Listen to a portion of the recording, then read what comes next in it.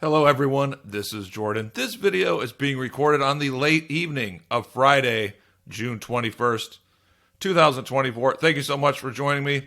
Hope you all had a great week. As far as precious metals, I shouldn't say a lot of whipsaws, but whipsaws the last couple days. First, it looks like gold's going to hold 2,300, big move up.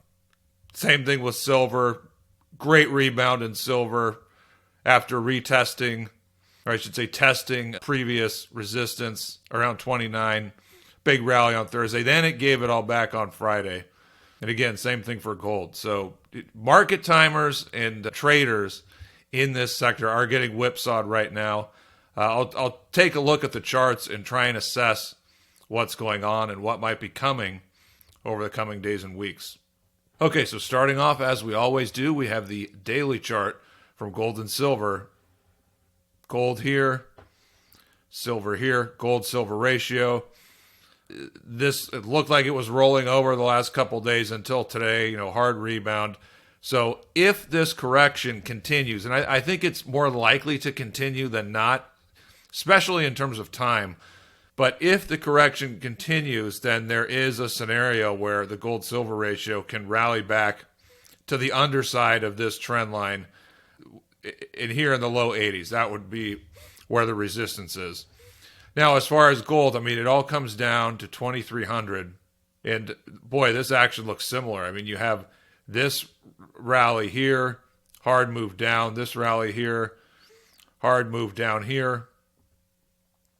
It's broken the 50-day. So here comes the 100-day right now. It looks like the 100-day should be tested.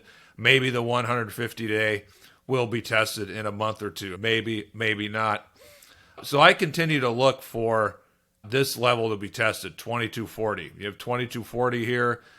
You also have 2200 and this gap right here. So I think the realistic worst case scenario would be a move down here to around 2175, the open gap. But this, it's a little concerning. I don't know if it's that concerning just because gold, we had this big breakout move here, and so you don't typically get major topping moves until, or I should say, after a trend has been in progress for a long time. So again, you just have this sharp move like this, and this isn't a big isn't likely to be a big topping pattern here. It's still getting kind of messy and a little ugly, but I love to see a strong bounce next week or the week after that from here. If we got another bounce like that, then I would have to think, okay, we had these tests, and so if we get one more test, you get a bounce like that, then I think the odds that gold is holding 2290, 2300, pretty good. As far as silver, I love the action until today. It came down, multiple tests of 29, really strong rally on Thursday. What do you know? Then it gives it all back. This is what happens when these markets in the short term, they don't really have a trend. They could whipsaw you all over the place.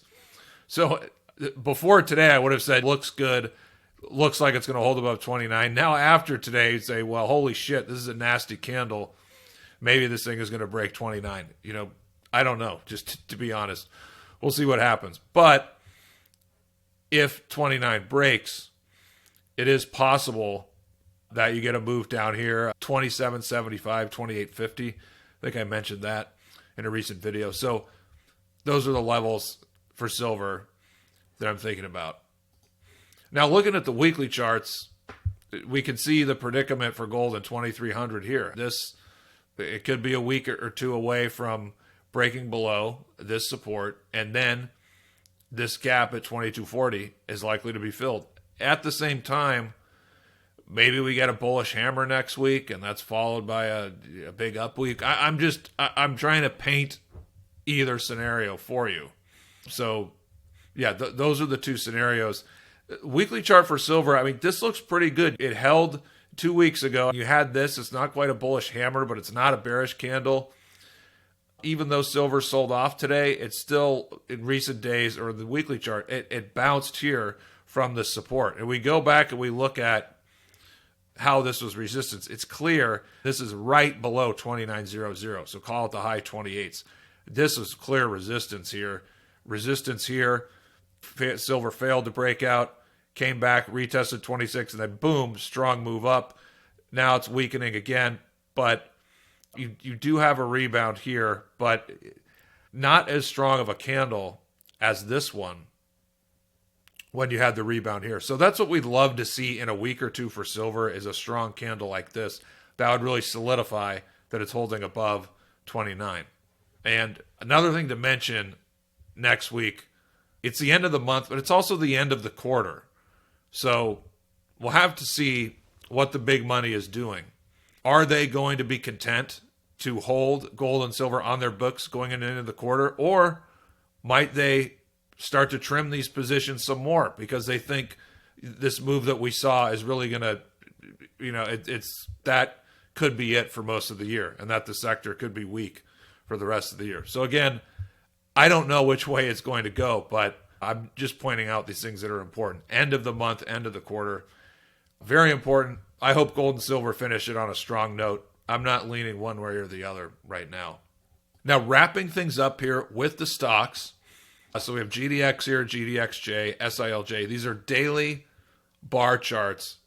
And these moving averages are the 200-day exponential moving average. Why am I using that? Well, if you look at gold stocks in bull markets, 2001 to 2011, most notably, there are quite a few times that corrections came down and bottomed at the 200-day exponential moving average. That's why we have them on these charts. And what do you know? We're looking at all these in this 200-day EMA. It's coming up, and it's going to intersect with previous resistance, which should be strong support. Now you look at the miners, had a rebound into midweek into Friday, and then it gave some of it back today. But there's a couple things that I really like about the miners. Number one, you can't see it on this chart, but because I didn't include it, I apologize for that. The advanced decline line for GDX. This is a breadth indicator. It's a trusty leading indicator. It's showing positive divergences, strong positive divergences. So that's a good sign for the miners. The other good sign is, let's go back here and look. Look how nasty this candle engulfed the entire previous day. This candle too.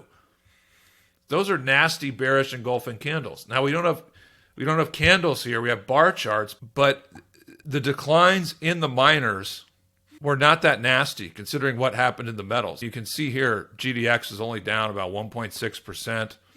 Same thing for GDXJ. So there's not a whole lot of technical damage here on a short-term basis.